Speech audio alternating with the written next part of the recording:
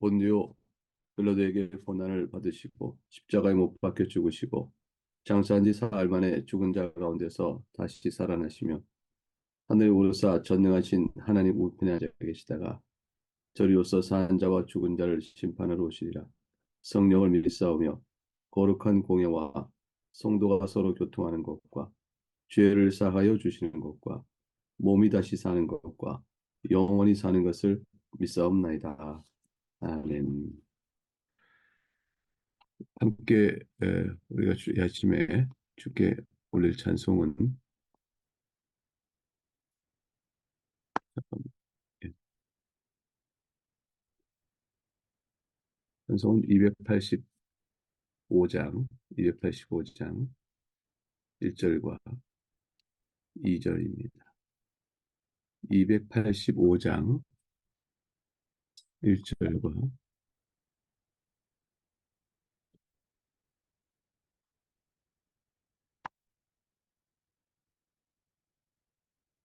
5절. 잠시만, 소리가 괜찮으신지요?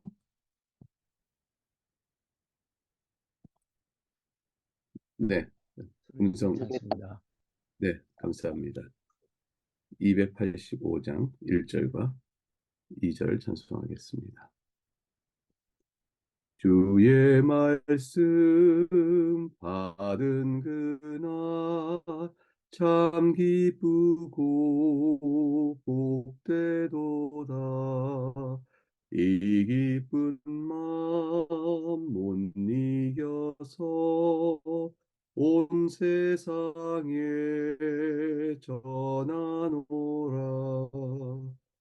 기쁜 날 기쁜 날 주 나의 죄 다시 쓴 날 늘 깨어서 기도하고 늘 기쁘게 살아가리.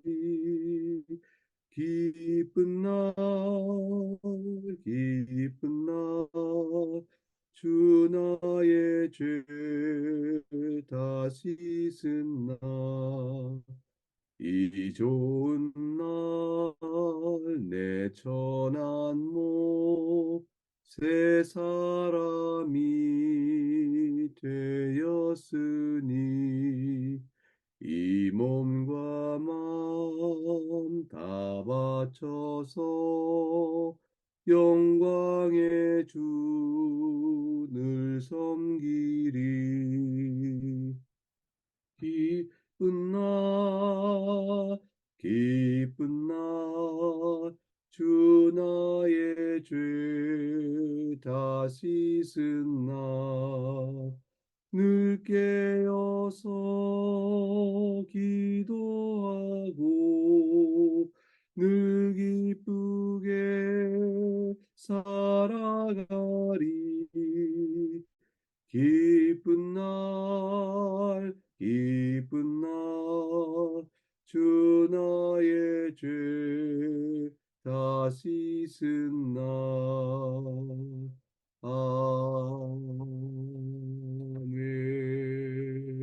아멘. 오늘 함께 살필 복된 하나의 말씀은 신명기 28장 1절에서 14절까지 말씀입니다. 신명기 28장 1절에서 14절까지 말씀. 주의 말씀은 내용을 살피면서 본문을 보도록 하겠습니다. 우리가 어제 살핀 27장은 이렇게 구성되어 있었습니다. 오늘 본문을 위해서 27장을 다시 한번 잠깐 생각하도록 합니다. 1절과 10절에서 가나안에 들어갔을 경우 이 사실을 기념하고 또 잊지 않도록 하기 위해서 돌비와 돌단을 세워라 말씀하셨습니다. 그리고 그 사실을 기념하는 감사 제사를 행할 것을 명령하셨습니다. 이 감사는 의식을 의식을 행하는 것과 더불어서 하나님의 율법을 준수하는 것으로 함께 더불어져야 할 것임을 또한 이어서 명령하셨습니다. 그러니까 가나안 땅에 들어간다는 것은 특별한 사건이었습니다.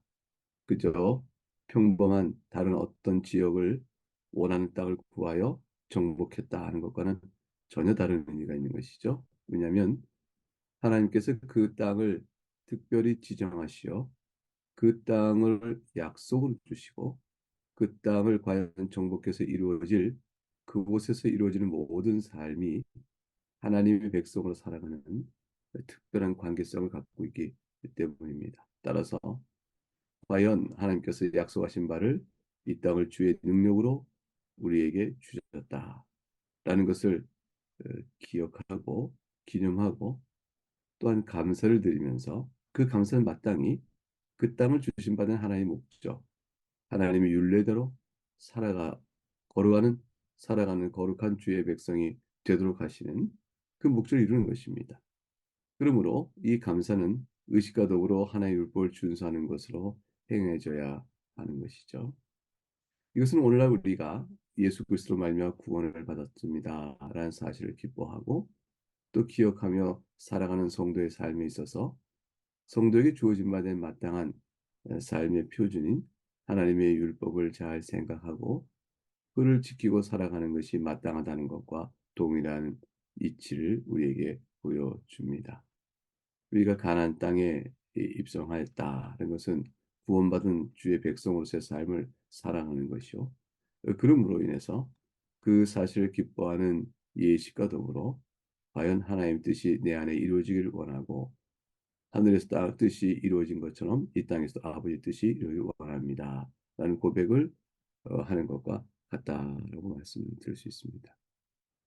그 27장 11절 이하부터 28장 14절까지 내용을 일괄해서 살펴볼 텐데 흥미롭게 27장 11절 13절에서는 하나님께 주신 바 된 율법의 순종과 불순종을 하였을 경우 어떤 축복과 저주가 있는지에 대한 의식을 또한 그리심산과 에발산에서 거행할 것을 명령하는 내용으로 되어 있죠. 하나님께서 구원받은 은혜, 약속의 땅에 들어간 주의 백성으로서의 은혜를 감사하면서 하나님의 주신 받은 율법을 순종해 지키겠습니다라고 하나님께 약속하는 것. 이것은 하나님께서 더불어 마땅한 것이지만 복을 주실 것이라 하셨고요. 불순종할 경우에는 저주가 있을 것이라 말씀하였습니다. 하나님의 백성에게 이 주신받은 율법은 하나님이 마땅히 하나님의 백성이 살아야 될 삶의 표준인데 그것을 지키지 않았을 경우에 저주를 다 선포하시는가 라는 것을 우리가 생각해 볼 때 깜짝 놀랐고 두려운 것이죠.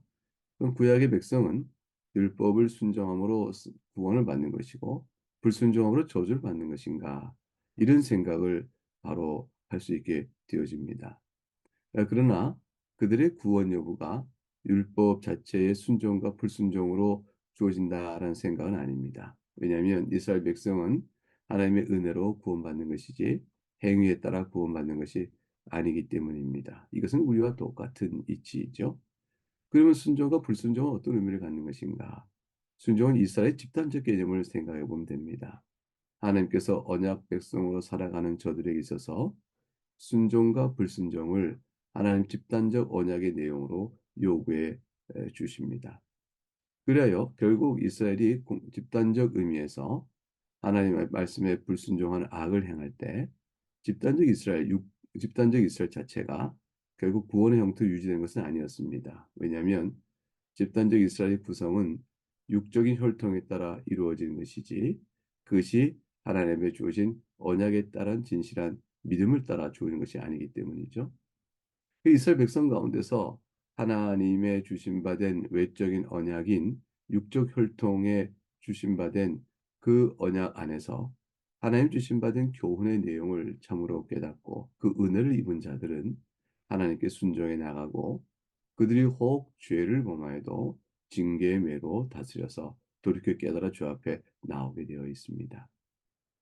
그러나 그렇지 않은 자들이 허다히 속해 있어서 육적으로는 이스라엘에 속해 있으나 따라서 집단적으로는 이스라엘이 하나님 언약 백성이라 내세우고 있지만 그들이 그것을 온전히 깨닫고 있지 못하여 불순종의 악에 악으로 깨닫게 되어지면 그러면 그 개개인이 불순종에 따른 저주를 받는 것이요. 집단적 이스라엘도 그와 같이 교회로서의 유지가 되지 아니하면서 불순종한 개개인들이 하나님의 심판을 받는 내용을 겪게 되어집니다.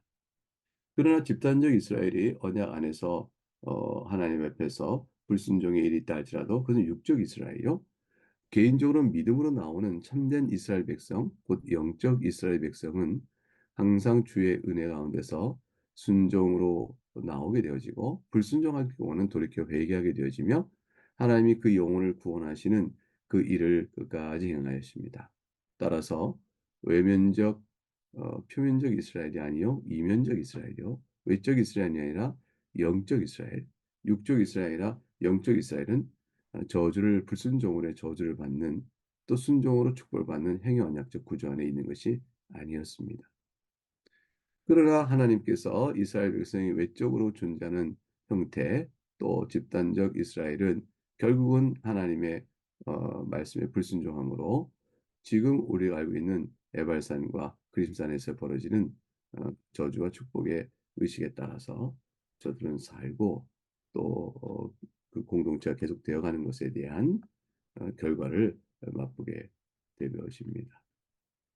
이 모든 의식에 대해서 하나님께 약속하신 복과 경고하시는 말씀에 대해서 이스라엘 백성은 아멘으로 화답함으로 하나님의 말씀하신 의식에 대하여 언약을 맺게 되어지는 것이죠. 그래서 이제 그 구체적 내용이 뭐였는가 보면 결국 십계명의 내용입니다. 14절부터 26절의 내용이 바로 그것인데 12가지의 범죄의 내용과 이에 대한 저주를 선포하였죠. 12가지 그리고 12가지 범죄에 대한 하나하나에 대해서 백성은 12번에 걸쳐서 아멘으로 화답을 하도록 하셨습니다. 통괄하여 한 번에 아멘으로 하지 않고 12가지 범죄를 나열하시고 그 하나하나마다 아멘으로 하게 말씀하신 것은 그만큼 하나님 율례에 따른 저들의 각오와 또 진심을 확인하고자 하신 과정이었습니다. 14절과 15절의 내용은 우상 숭배에 대한 죄악을 경고하시는 것이었습니다. 그리고 16절은 부모 공경에 대한 계명을 주신 것이었습니다. 그리고 17절부터 19절로 이어지는 내용은 세 번, 네 번, 다섯 번째 아멘이 이루어지는데 경제적 공의에 관한 것이었고 18절 특별히 맹인에게 길을 잃게 하는 자는 저주를 받을 것이라 하여 저들이 자신의 이익을 담아 사회적 약자를 착취하는 것에 대하여 분명한 어, 경고의 말씀을 주셨습니다. 역시 19절도 객이나 고아나 과부의 송사를 억울하게 하는 자는 저주를 받을 것이라 그런 말씀을 주셨죠. 경제적 사회적 공의를 실천하고 그 경제 사회적 공의를 실천하는 원리는 결국은 서로를 돌아보는 연약한 자를 돌아보는 긍휼과 자비가 있을 것이라 하는 사실을 보여주신 것입니다. 하나님 나라의 공동체의 아주 특징적인 영적 성질을 도덕적 성질을 보여주는 것이죠. 그리고 이제 여섯 절부터 아홉 번까지의 아멘은 성과 관련된 죄를 교훈하셨습니다.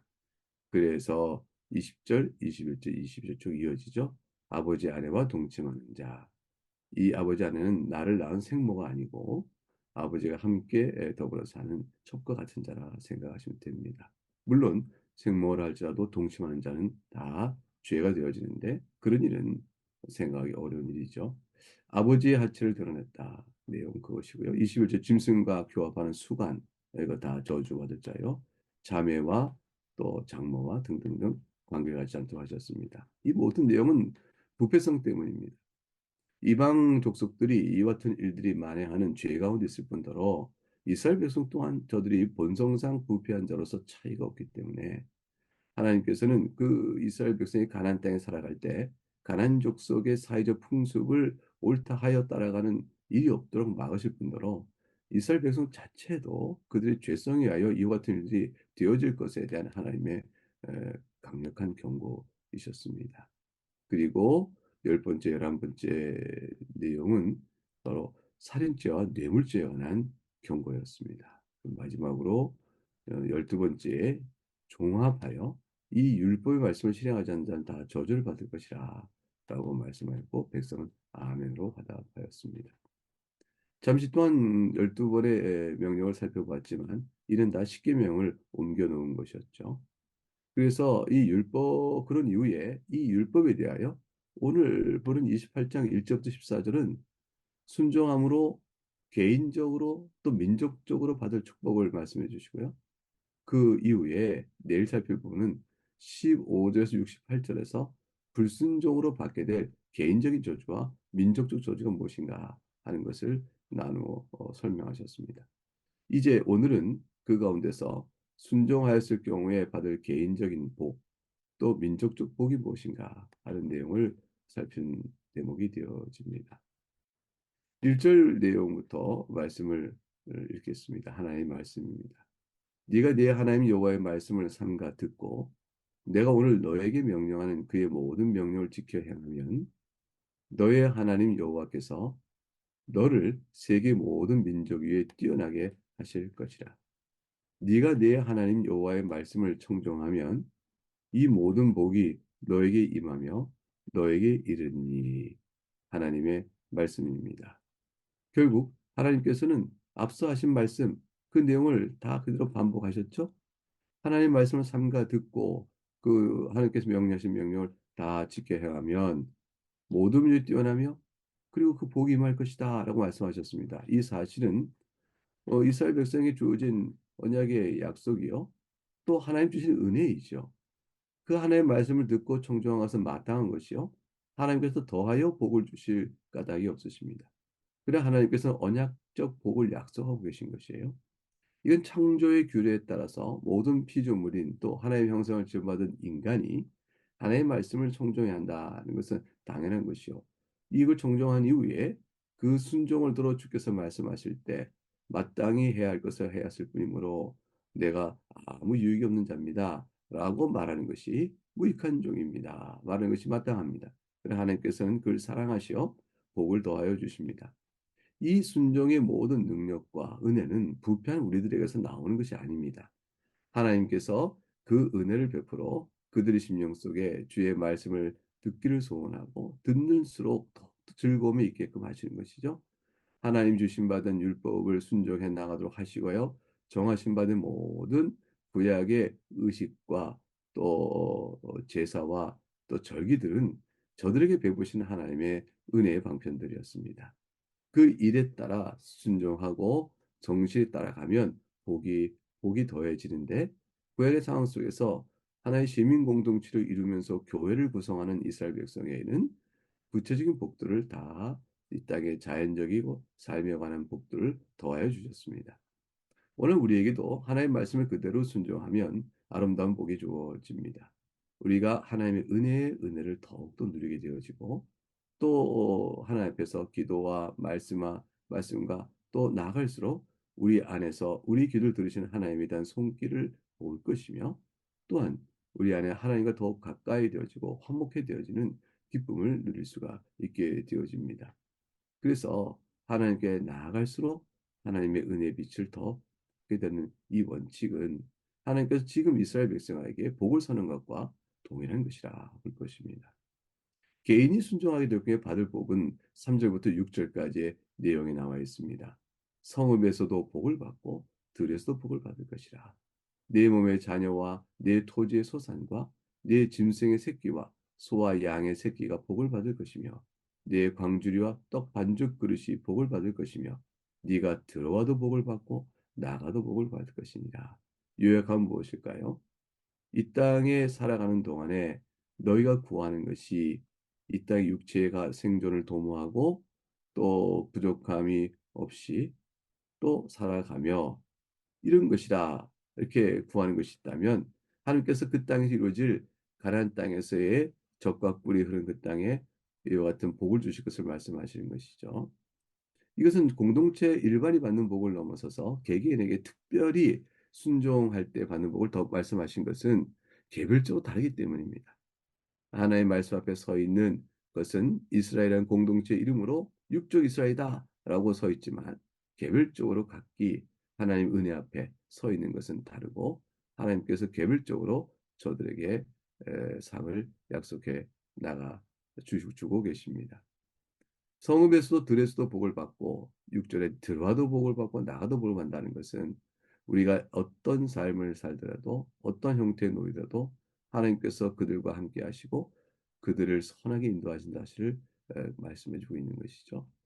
이런 하나님이 우리와 함께 계신 복을 이해할 수 있도록 하시고 또 실제로 육적인 평안을 주시기 위한 약속을 구약적 형태로 따라서 이와 같이 주셨습니다.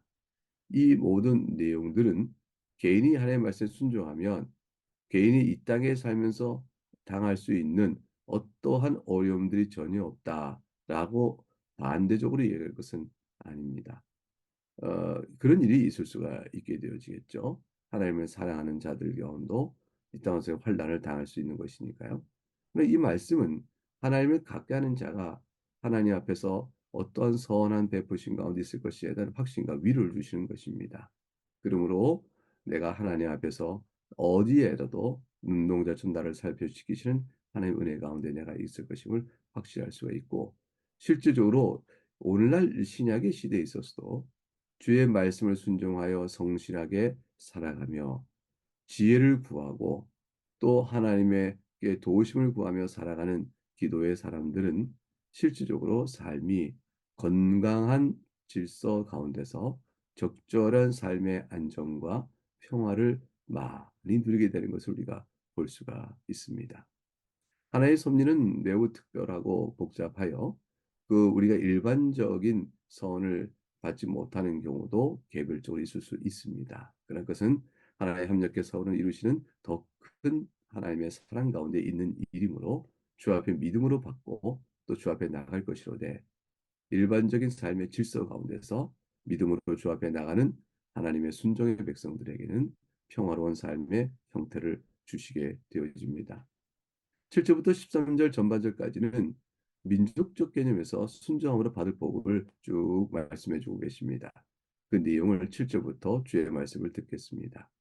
여호와께서 너를 대적하기 위해 일어난 적군들을 네 앞에서 패하게 하시리라. 그들이 한 길로 너를 치러 들어왔으나 네 앞에서 일곱 길로 도망하리라. 여호와께서 명령하사 네 창고와 네 손으로 하는 모든 일에 복을 내리시고 네 하나님 여호와께서 네게 주시는 땅에서 네게 복을 주실 것이며 여호와께서 너에게 맹세하신 대로 너를 세워 자기의 성민이 되게 하시리니 이는 네가 네 하나님 여호와의 명령을 지켜 그 길로 행할 것임이니라. 땅의 모든 백성이 여호와의 이름이 너를 위하여 불리는 것을 보고 너를 두려워하리라. 여호와께서 네게 주리라고 네 조상들에게 맹세하신 땅에서 네게 복을 주사 네 몸의 소생과 가축의 새끼와 토지의 소사를 많게 하시며 여호와께서 너를 위하여 하늘의 아름다운 복을 여시사 네 땅에 때를 따라 비를 내리시고 네 손으로 하는 모든 일에 복을 주시리니 네가 많은 민족에게 꾸어 줄지라도 너는 꾸지 아니할 것이요 여호와께서 너를 머리가 되게 하시고 꼬리가 되지 않게 하시며 위에만 있고 아래에 있지 않게 하시리니 하나님의 말씀입니다. 13절 전반절까지 주의 말씀을 받들어 읽었습니다. 사랑하는 교회 여러분, 오늘 말씀을 읽어보니 어떻습니까? 하나님의 교회에 관한 민족 전체를 향한 하나님의 일반적 선언을 베푸셨습니다. 하나님께서 이스라엘을 7절에 보호하시겠다는 것이죠. 어떠한 악한 세력도 교회인 이스라엘을 결코 손보지 못할 것이라 말씀하셨습니다. 교회가 하나님의 진리의 말씀을 선포하고 그 가운데 그걸 듣길 기뻐하며 또 하나님의 말씀에 따라 살기를 원할 때 하나님께서는 9절에 나의 성민, 나의 거룩한 백성이 되게 하신다 하셨으니 이건 하나님의 백성으로서의 지위와 또 영적인 복, 상태적인 복을 절실하게 누린다는 것이죠. 그래서 8절에 내가 네 창고와 네 손한 모든 데 복을 내리시겠다. 그래서 집단적 이스라엘이 국가적 형태로 자기의 보호가 되어지고 국가가 풍성한 물질의 복을 누리고 안정된 평화를 누리는 것으로 하나님 쭉 설명하신 이 내용이 신약에 이르러서 우리에게서는 교회의 영적인 평안과 진리가 안에 기뻐함으로 가득 찬 것과 같다라고 할 것입니다.